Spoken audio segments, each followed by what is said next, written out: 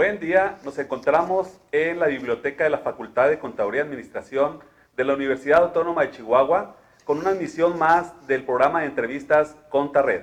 Jorge Valdés y me acompaña mi compañero Javier Ortega. Mucho gusto, Jorge, gracias por la introducción. Pues muy contento de estar con ustedes, comunidad universitaria. Hoy un gran día, hoy tenemos como siempre un invitado de lujo especial, un gran amigo, es el doctor César Alejandro Parada Martínez, catedrático aquí de la Facultad de Contaduría y Administración, tanto en maestría como en licenciatura. Me voy a permitir un poco, platicar un poco, una semblanza de su trayectoria, que pues es mucha, entonces lo voy a sintetizar muy rápido. Él es contador público, maestro en administración y doctor en administración por parte aquí de la Universidad Autónoma de Chihuahua. Actualmente es director general y vicepresidente de Finanzas y Administración del Grupo Albo en México y Latam, Norteamérica, por los últimos 19 años. Él también socio del IMEF y fuiste presidente del IMEF, doctor, y actualmente sigues así participando activamente. Pues bien, una trayectoria muy amplia, la de César. Bienvenido, César, muchas gracias por acompañarnos. Muchas gracias, les agradezco mucho la invitación.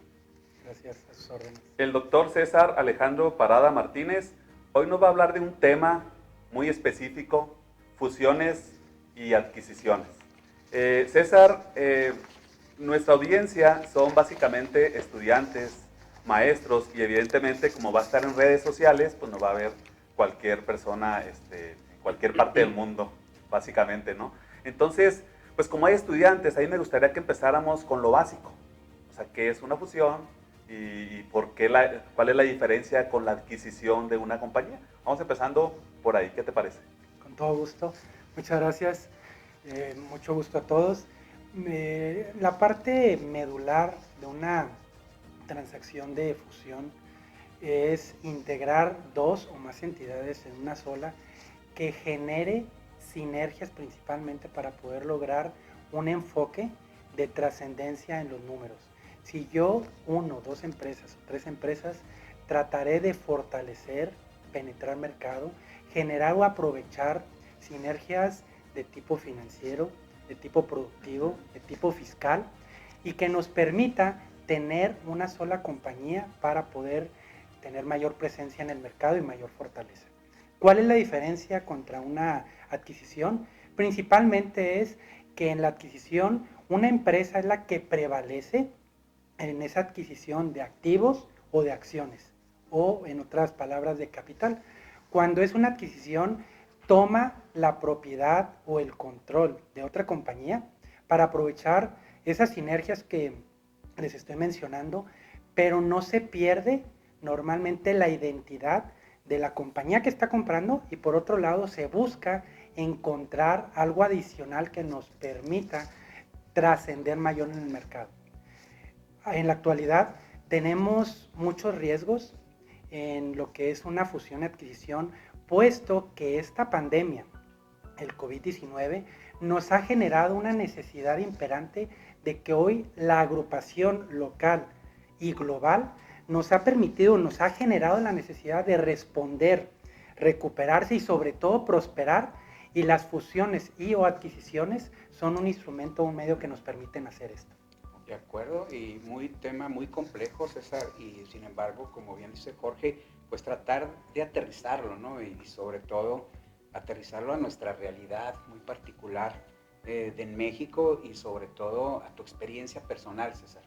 ¿Cómo podríamos tú, en tu experiencia, un caso práctico que tú hayas visto esa motivación de crecimiento, de mejorar penetración de mercado, mejorar liquidez, en fin, toda una serie de objetivos que persiguen las empresas, pero ¿cómo podrías tú darnos un ejemplo práctico que tú hayas visto, que tú hayas vivido, César? Sí, como no, con todo gusto. En los últimos 10 años ha habido innumerables operaciones de fusiones y adquisiciones. Hoy en día, en México sobre todo, se pretende que haya más adquisiciones, sobre todo de activos. ¿Por qué? porque elimina o disminuye sustancialmente los riesgos o la posibilidad de lo que se llama el pasivo contingente de las empresas a las que se está adquiriendo. Cuando quiere una empresa generar una negociación de este tipo, lo primero es acercarse hacia lo que es la empresa de interés. Les voy a poner ejemplos que son públicos. Hoy en día se consolidó hace algunos años una fusión muy interesante entre Bayer y Monsanto, una de las empresas más grandes en el grupo o rubro del sector agropecuario, agroquímico, agroindustrial, en la cual de inicio se ponen instrumentos de negociación que son tipo depósitos en garantía o se llaman también escrow, los cuales se van a destinar para hacer el análisis previo de toda la información en el sentido de qué tipo de actividades, qué tipo de propuestas nuevas, qué tipo de factores humanos, de competencia, de penetración de mercado puedes obtener con esta agrupación de empresas o con esta fusión, y durante un tiempo la empresa a la cual va a ser adquirida o la que va a delimitar principalmente o entregar la información más confidencial, pues obviamente si no se realiza en algún momento dado esta integración o esta fusión, ese fondo que les estoy mencionando normalmente se queda con la información que proporciona la información. Eso es fundamental porque estamos proporcionando mucha información confidencial que puede ser aprovechada en el futuro por la posible empresa adquirente. Competidora, ¿no? Exactamente, que se puede convertir en competidora. Y hay información muy sensible. Después de que se hace esta investigación inicial, ya que hay interés de ambas partes, se puede continuar con un detalle más específico, que es una investigación que se llama due diligence, en la cual analizamos los posibles factores de riesgo que existe entre una u otra empresa en la posible operación de fusión o, en su caso, adquisición, para que esos factores se disminuyan o diriman en el sentido de contabilidad, mercado, factores humanos, competencia, cultura organizacional, entre otros aspectos. Entonces, al final del día, cuando trasciende o empieza a acelerarse este proceso o a avanzar, ya que se presenta una posible oferta en la cual la empresa adquirente le hace a la posible vendedora y se ponen de acuerdo, empieza una fase de due diligence más complejo, en donde a través de un contrato de confidencialidad, lo que se llama NDA, se analizan detalles más finos en cuanto a clientes, productos, proveedores, rentabilidad, flujos, y en ese sentido, si continúa el interés, se hace una propuesta en base a una evaluación financiera de flujos descontados o de EBITDA múltiples, en el cual ya se genera esa propuesta que se llama binding offer u oferta vinculativa. Sí. ¿Qué significa? Que si no se compra o si no se fusiona, es el momento en el cual ya se empiezan a generar posibles castigos en los cuales se entrega dinero a la empresa que se va a adquirir o en dado caso que no se haga, precisamente para proteger ese grado de confidencialidad. César, fue muy interesante el tema. Pues estamos en la Facultad de Contaduría y Administración. Habemos contadores, habemos licenciados en finanzas, administración, economistas, en sistemas. ¿Cuál pudiera ser la participación de nuestra profesión, de las diferentes profesiones aquí en la facultad, en cuanto a un due diligence o evaluación de una empresa? ¿Cuál puede ser nuestra participación que pudiera en un momento dado generar un beneficio, pues precisamente para esta gente que te estoy comentando? ¿Qué participación podemos tener y cuáles son las etapas para hacer esa evaluación? ¿Sí? ¿Cómo podemos nosotros acceder a la información e ir creando pues este proceso, ¿no? de due diligence? Totalmente, tu pregunta es muy enfocada precisamente a lo que estamos viendo hacia los contadores, administradores. Normalmente se forma un grupo multidisciplinario, el cual usualmente es coordinado por un contador público o en este caso por un administrador financiero, el cual coordina los esfuerzos de un ingeniero que evalúa proyectos coordina los esfuerzos de un analista de recursos humanos de personal y cada una de las actividades o áreas que van a ser necesarias para poder lograr que esta empresa que se va a adquirir sea transparente. Entonces el contador público de inicio coordina, o el administrador financiero, analiza la parte fiscal para ver las posibles contingencias que existen, analiza la parte de evaluación financiera, es decir, la empresa cuánto es lo máximo que puede ofrecérsele para poder ser un valor justo, el fair value, y con ello el financiero o el contador público tienen los instrumentos para poder participar activamente en un 60% por lo menos en este tipo de actividad. Okay. Pues yo ahí, por ejemplo, pues mira, entra mucho el análisis financiero, la planeación financiera, la proyección de flujos de efectivo, descontar flujos de efectivo. En fin, yo creo que sí, aunque tengas asignados actividades, por ejemplo, pues a un mercadólogo, a alguien técnico que te diga la magnitud técnica del proyecto, pues al final del día sí, nuestra carrera tiene una participación muy activa dentro de este tipo de operaciones. Lo que pasa es que con el tiempo nos hemos acostumbrado a este tipo de operaciones que a veces suenan así muy rimbombantes, ¿no? Fusiones, adquisiciones. Pensamos que es del otro mundo, que es del ¿verdad? otro mundo, pero en realidad, como dice Jorge y como dices César, pues son operaciones que se dan, ¿verdad? La operación esa que acabas de mencionar de la industria agroquímica, ¿verdad? De Monsanto y Bayer, pues es algo que se dio. Y es algo que las empresas ahorita, César, corrígeme, pero están buscando, ¿no? O sea, cómo crecer, cómo permanecer. Y parte de algo muy importante, la unión hace la fuerza, ¿no? Sí, así es. César, para darles un poquito más de elementos a nuestra audiencia, aclarar un punto muy importante porque casi siempre los contadores pensamos que para evaluar una empresa agarras el capital contable y lo divides entre el número de acciones y ya. Si nos pudieras decir adicionalmente a eso, ¿qué es lo que se tiene que hacer? Porque pues es lo primero en que pensamos y de repente no sabemos que los estados financieros, el balance, pues no muestran lo que vale la empresa, ¿verdad? Sino que hay otro tipo de elementos y que también nos pudieras platicar así muy, muy rápidamente qué beneficios se pueden obtener ya de manera práctica, por ejemplo, fiscal, ¿sí? O de mercado, o sea, ¿qué pueden obtener estas empresas en cuestiones de ventas, operativas? Esos dos puntos así que nos pudieras comentar. Sí, la evaluación definitivamente no necesariamente, no solamente es del capital. Una de las más comunes es el de flujos descontados, en la cual se toma las ventas proyectadas de por lo menos de 5 años, en la cual se analiza los flujos que vas a tener en el futuro, se lleva hacia el 5.º año y se le da un valor de perpetuidad, el cual a través de una tasa interna de rendimiento se trae ese valor al presente, se evalúa tomando en cuenta el riesgo, tomando en cuenta el WACC, que es el costo ponderado de las acciones o del capital, y sobre esas bases se analiza el tipo de inversiones o de variación de inversiones que va a tener la empresa para determinar un valor de mercado que se compara con lo que es un valor beta, así se le llama, que está normalmente en la bolsa de valores de México, de Estados Unidos y de diversas partes del mundo. Ese es el de flujos descontados.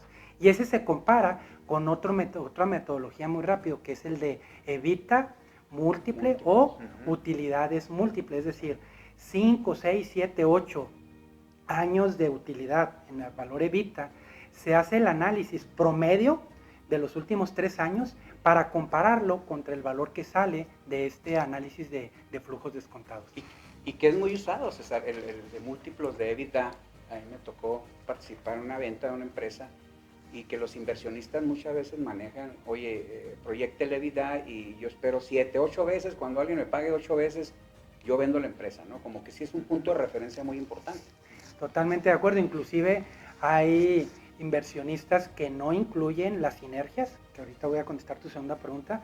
Esas sinergias, muchas veces en la negociación, se tiene que incluir un porcentaje para tratar de ceder y lograr que el impacto de la negociación realmente sea efectivo. Claro. Una de las claves para negociar adecuadamente es desde la evaluación. De ahí en adelante ya es lo que va a determinar la perdurabilidad de la misma. Y respecto a tu segunda pregunta, ¿qué beneficios? Definitivamente hay beneficios por aprovechamiento de pérdidas fiscales, beneficios por temas de mercado, puesto que esto nos permite ante proveedores buscar optimizar los costos al aumentar el volumen de compra o de adquisición de productos. ¿Qué significa?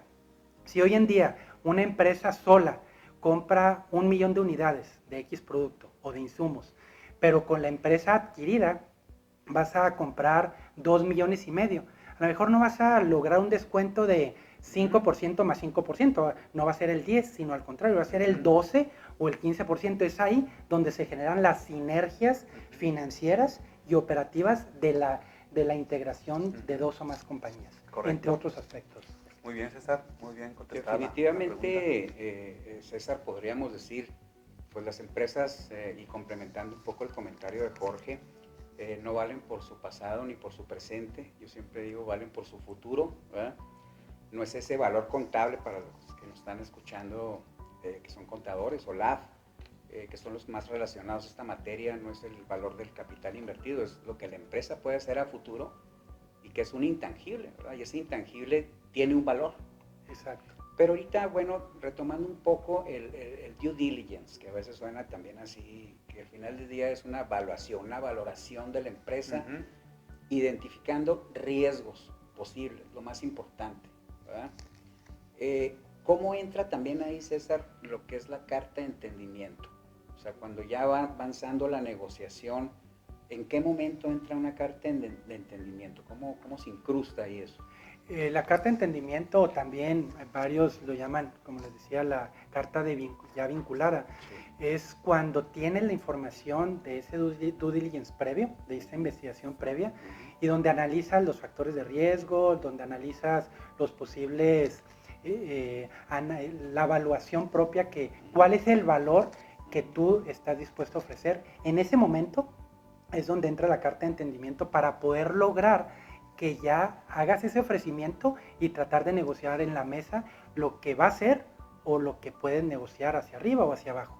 Ahorita mencionaste un punto fundamental. En esa carta de entendimiento se incluyen los aspectos intangibles, como es el valor de la cartera de clientes, que dicho sea de paso, hoy en día en promedio el 8.9% se pierden de clientes anualmente cuando se hace una adquisición. 8.9%.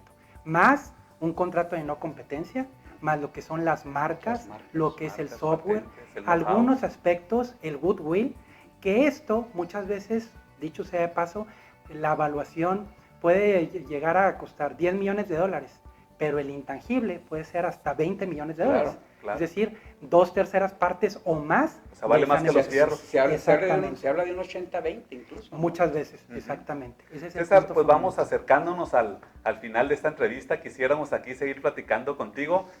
Me gustaría mucho si pudieras concluirnos una conclusión personal y obviamente profesional, y a lo mejor relacionarlo un poquito con el tema del COVID, del COVID-19, sí, de la pandemia. Sí, con todo gusto. Una conclusión sería, o sea, las motivaciones de una fusión-adquisición, definitivamente alcanzar sinergias operativas, financieras, entre otras. 2, actuar como un mecanismo corrector en el mercado que me permita, obviamente, generar un nuevo orden económico muchas veces en el mundo o en el país. Y sobre todo, aumentar el crecimiento o el poder de penetración en el mercado de una empresa. Y dentro de la parte del COVID, definitivamente son fundamental lo que les comentaba anteriormente, proponer, recuperar y generar una resiliencia en base a lo que estamos viviendo. Una fusión o adquisición nos puede dar ese valor intrínseco que hoy en día, en forma individual, no lo podemos obtener o difícilmente lo podemos obtener. Gracias, César. Pues excelente conclusión, excelente mensaje. Muy claro, César, muchas gracias. Y pues no nos queda nomás que despedirnos, agradecer la presencia de todos ustedes, agradecer a César el tiempo que nos estuvo aquí compartiendo sus conocimientos con nosotros, y pues todo alineado a este programa, esta política que la universidad busca, ¿no? Un desarrollo y una docencia con sentido social. siempre buscando cómo influir en la comunidad, cómo ayudarlos. Muchísimas gracias por su tiempo. Gracias, Jorge, por estar aquí con nosotros. César, nuevamente, muchas gracias. Muchas gracias, al contrario. Y yo nada más motivar a los compañeros de la Facultad de Contaduría y Administración, a los estudiantes, maestros, la Universidad Autónoma de Chihuahua, a seguir preparándose en este camino tan competido, pero a la vez tan interesante. Y cada uno de los que están escuchando, estoy seguro de que con la preparación, actitud positiva y buscando esa resiliencia que nos permita, si en dado caso que bajemos el ritmo, poder aumentar y salir adelante en todo momento. Éxito. Gracias. El doctor César Alejandro Parada Martínez con el tema fusiones y adquisiciones. Nos despedimos de ustedes, les pedimos por favor que compartan este programa a través de las diferentes redes sociales. Nos despedimos en el programa Contarred.